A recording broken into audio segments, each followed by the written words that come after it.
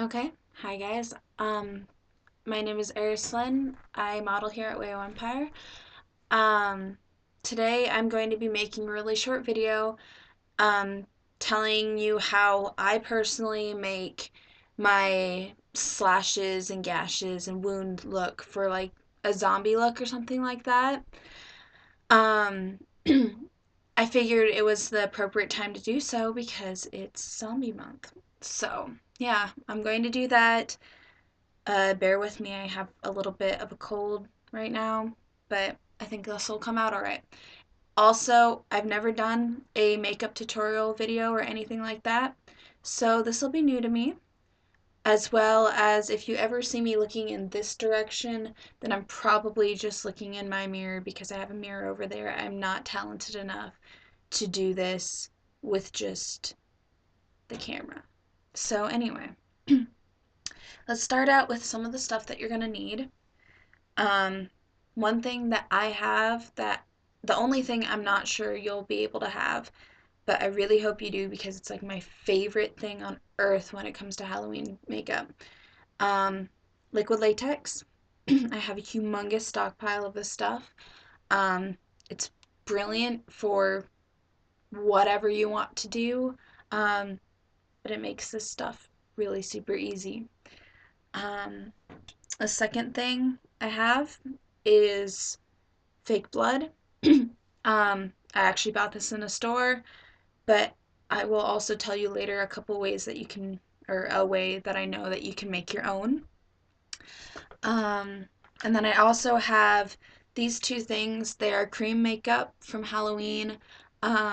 This is easily replaced with foundation, and this I just have to make things a little bit more fun. It's not necessary though. So anyway, we're gonna start out, and I'm just gonna make a really simple gash, like right here on the side of my face. With I'm gonna start out with the liquid latex, and I'm gonna make a line like that. And now with your lines, you don't want them to be perfect. You're actually going to want to indent the middle in a little bit, like I've already kind of started, and have ridges more on the outside. So it gives you a little bit of something to fill in with blood. So I'm gonna do that real quick.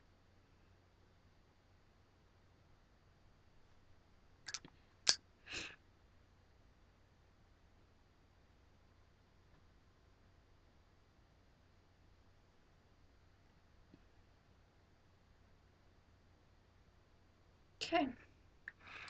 So it's like something like that. I don't know if you can see my indent in it, but it's there. Um, yeah. So that's what you should have. I'm gonna let this dry for just a second until I go on to the next thing, which will be I'm going to be taking my foundation or whatever you have and mixing it with a little bit of my red. And this is just to make it look a little bit more gruesome, but again, it's not necessary. So we're going to put a tiny, tiny, tiny little dab of the foundation on my finger. You really don't need very much. That's all I'm using.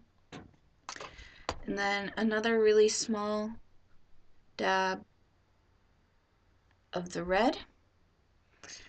I'm going to mix those two things together. Just right there on my finger. Might have to add a little bit more red. You just want to, the point of mixing it with the foundation is this straight up red is just way, way too bright. Nobody's blood is that naturally red. And so I'm just toning it down with the foundation, which is brown usually, to give it a little bit more of a bloody pinky look. And then I'm going to dab that around on my gash that I made. Look at that, I'm already looking gruesome. I'm gonna go back over to my mirror because I can't see what I'm doing.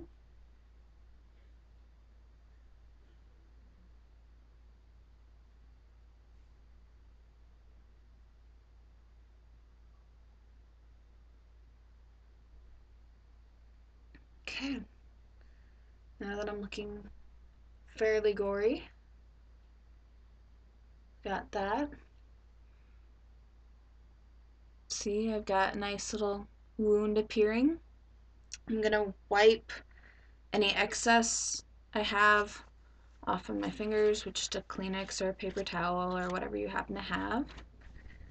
Not throw it at myself. And then I'm gonna take my fake blood, and this I'll show you in a second. You wanna just stick, I have this in like an eyedropper thing, and it's simply, I just stick the eyedropper into that groove that I make and drip it so it drips down, because I mean blood doesn't drip up or anything. So I'm just gonna kind of go along that line that I made and let it drip on its own a little bit. Look at that. I'm dying. And then you can freely add as much blood or as little blood as you want. But look at that. I was now brutally assaulted and cut on the side of my face. So, yeah, that's pretty simple. Did it in just a couple minutes. I was going to tell you the ways that you can make fake blood, or the way I know, is I just take caro oil, mix it with a lot of red food coloring, just the whole bottle with as much red food coloring as you want. Then just like a drop or two of blue in there to just give it that off color that makes it look more like blood and not red paint, because nobody likes a horror movie that looks like you were splattered in ketchup. So that's how I do that. You can just, like I said, it just take a couple drops of the blue. It shouldn't take much more than that. You can add just a couple more if you feel like it's not right. But yeah, that is all I've got for you. A warning, any fake blood I have ever used does stain the skin. So if you don't want it to, you're going to want to put a lot of foundation or something layered underneath of it so it's not directly on your skin. Otherwise, if you leave it on there for a long period of time, it will eventually stain your skin and you're going to have a lovely like line or something going on.